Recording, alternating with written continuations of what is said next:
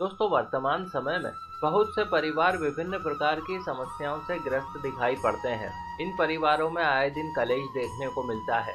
परिवार में किसी न किसी सदस्य की तबीयत खराब होना, अनावश्यक रूप से धन खर्च होना, परिवार के सदस्यों में आए दिन छोटी छोटी सी बातों को लेकर कहासुनी या मनमुटाव होना, पति पत्नी में अनबन होना, नौकरी व्यापार में परेशानी व धन की कमी इत्यादि जैसे प्रमुख कारण देखने को मिलते हैं। अब इन सब कारणों से हमारे मन में शंकाएं आ जाती है। सोचने में आता है कि आखिर मेरे घर में शांति क्यों नहीं है, मेरी मेहनत सफल क्यों नहीं होती। मैं इतना कमाता हूँ लेकिन फिर भी घर में हमेशा धन की कमी बनी रहती है।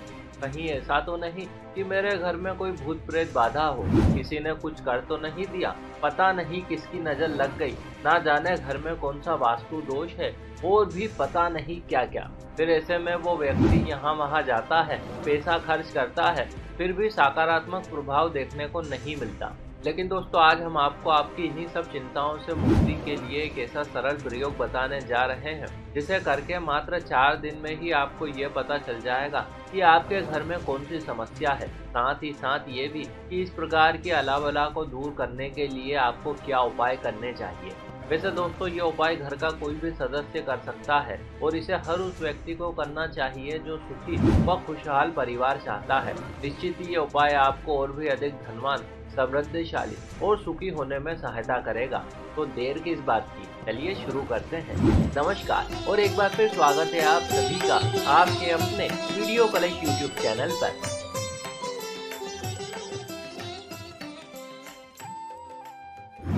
दोस्तों, किसी भी प्रकार के समाधान को करने से पहले एक नज़र हम उन समस्याओं पर डाल लेते हैं जो कहीं ना कहीं हमारी परेशानियों का कारण बनती है।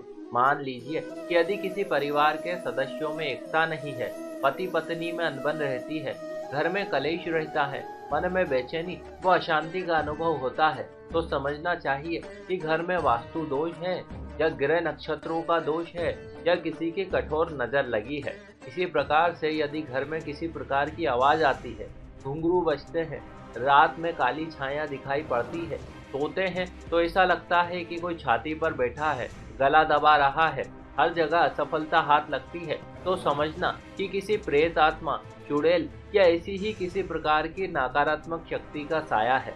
इसी प्रकार से यदि नौकरी या व्यापार में बाधा आती है, तरक्की नहीं हो पा रही है, कार्य क्षेत्र में नई नई चुनौतियां आती है, व्यापार में हानि उठानी पड़ती है, तो समझना चाहिए कि किसी जलने वाले ने किसी न किसी प्रकार की तंत्र क्रिया की है। इसके अलावा कई बार ऐसा होता है कि आप कितनी ही पूजा पाठ करते हैं, देव दर्शन करते हैं, सेवाएं करते हैं, देवी देवताओं को रिझाने के लिए जमाने भर के जतन करते हैं, लेकिन फिर भी कहीं से कोई कृपा या आशीर्वाद नहीं मिलता है। यदि आपके साथ भी ऐसा हो रहा है तो समझिएगा कि आपके घर के देवी देवता बंधे हुए हैं, इसीलिए उनकी कृपा आप तक नहीं पहुंच पा रही है।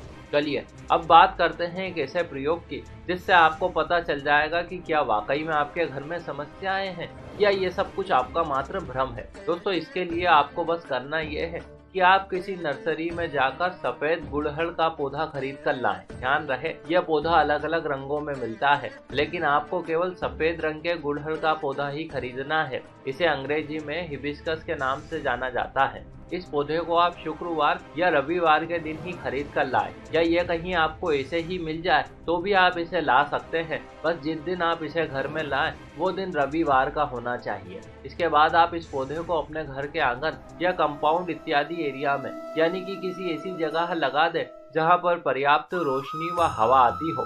कहने का अर्थ ये है कि जहां पर कोई पौधा अच्छे से पनप सके। अब आप करीब 4 दिनों तक देखें। यदि इन 4 दिनों में इस पौधे में किसी प्रकार की कोई समस्या नजर नहीं आती है तो समझ लीजिएगा कि आपके घर में किसी प्रकार की कोई बाधा या परेशानी नहीं है। बाकी जो आप मान बैठे हैं वो सब कुछ आपका भ्रम मात्र है। किंतु इस सब के ठीक विपरीत यदि 4 दिन के पहले ही ये पौधा सड़ने लगे, गलने लगे, मुरझा जाए, मरने लगे, तो समझ लीजिएगा कि आपके घर में किसी प्रकार का वास्तु दोष है, नकारात्मक शक्ति है, बुरी नजर का प्रकोप है, भूत बाधा है या कुछ भी ऐसा है जो जब तक आपके घर में रहेगा तब तक आप परेशान होते ही रहेंगे। इतना ही नहीं, बल्कि आज आप परेशान हो रहे हैं तो कल को आपकी आने वाली पीढ़ी को इस परेशानी का सामना करना पड़ेगा। लेकिन अब आप और चिंतित ना होइए, क्योंकि अब आपकी समस्या का समाधान होने का समय निकट आ चुका है। चलिए बात करते हैं इसके समाधान की। इसके लिए बाजार से आपको कुछ सामान खरीदना होगा। आप पूजन सामग्री वाली दुकान से ब्रास यानी कि कपूर खरीद लें। ध्यान रहे दोस्तों, आजकल बाजार में नकली कपूर बहुत मिल रहा है। ये केमिकल से बनाया जाता है। इसे जलाने पर काला धुआं वातावरण में फैल जाता है। ये नकली चीजें हमारे काम को बिगाड़ सकती है। बेहतर होगा प्रयोग के लिए आप दुकानदार से ब्रास कपूर ही मांगे। इसके बाद आप उसी दुकानदार से नवग्रह की लकड़ी खरीदें, जिसमें वो आपको नवग्रहों से संबंधित वृक्षों से ली गई 9 अलग अलग प्रकार की लकड़ियां देगा। प्रयोग के लिए एक छोटा पैकेट काफी है। यह 20 से 40 रुपए में आपको मिल जाएगा। इसके बाद आप कहीं से अपामार्ग का पौधा खरीद लें। वैसे दोस्तों इस पौधे के कई अलग अलग नाम होते हैं, जैसे चिड़चिटा, लटजीरा इत्यादि। देखने में इसकी पत्तियां छोटी होती है व इसके बीज चावल के समान दिखाई देते हैं। ये लाल या कि हरे कलर में आता है। बेहतर होगा कि आप हरे रंग में लें। यदि आपको आसानी से ना मिले तो आप इसे किसी औषधि की दुकान से भी खरीद सकते हैं। इसका प्रयोग विभिन्न प्रकार की बीमारियों को ठीक करने के लिए किया जाता है, या फिर यह नर्सरी में तो मिल ही जाएगा। वैसे इसके प्रयोग के लिए आपको सूखे हुए पौधे की आवश्यकता पड़ेगी, तो बेहतर होगा कि आप इसे प्रयोग में लाने से पहले 10-15 दिनों तक सुखा लें। इसके अलावा दोस्तों आप उसे पूजा की दुकान से लाल गुंजा ले लें। इन्हें चिरमी कहते हैं। कई लोग इससे बनी माला भी पहनते हैं। प्रयोग के लिए 1 मुट्ठी काफी है। चलिए अब जानते हैं इसकी विधि। दोस्तों आपको करना यह है कि जिस शाम को आप ये प्रयोग करना चाहते हैं, उसी दिन रविवार को आप एक छोटी साइज का नया लाल रंग का मटका खरीद कर लाएं। अब इस मटके में मुट्ठी भर ब्रास डाल दें। इसके बाद अब इसमें वो 9 ग्रहों की लकड़ियां डाल दें। अब आप माचिस की तीली जलाकर इसमें डाल दें। ध्यान रहे, तीली जलाने से पहले आपको अपनी श्वास को अंदर खींचना है। उसके बाद तीली जलाकर मटके में डाल दें। अभी जलते हुए मटके में आप अपामार्ग के सूखे हुए पौधे को अच्छे से मरोड़ करके डाल दें,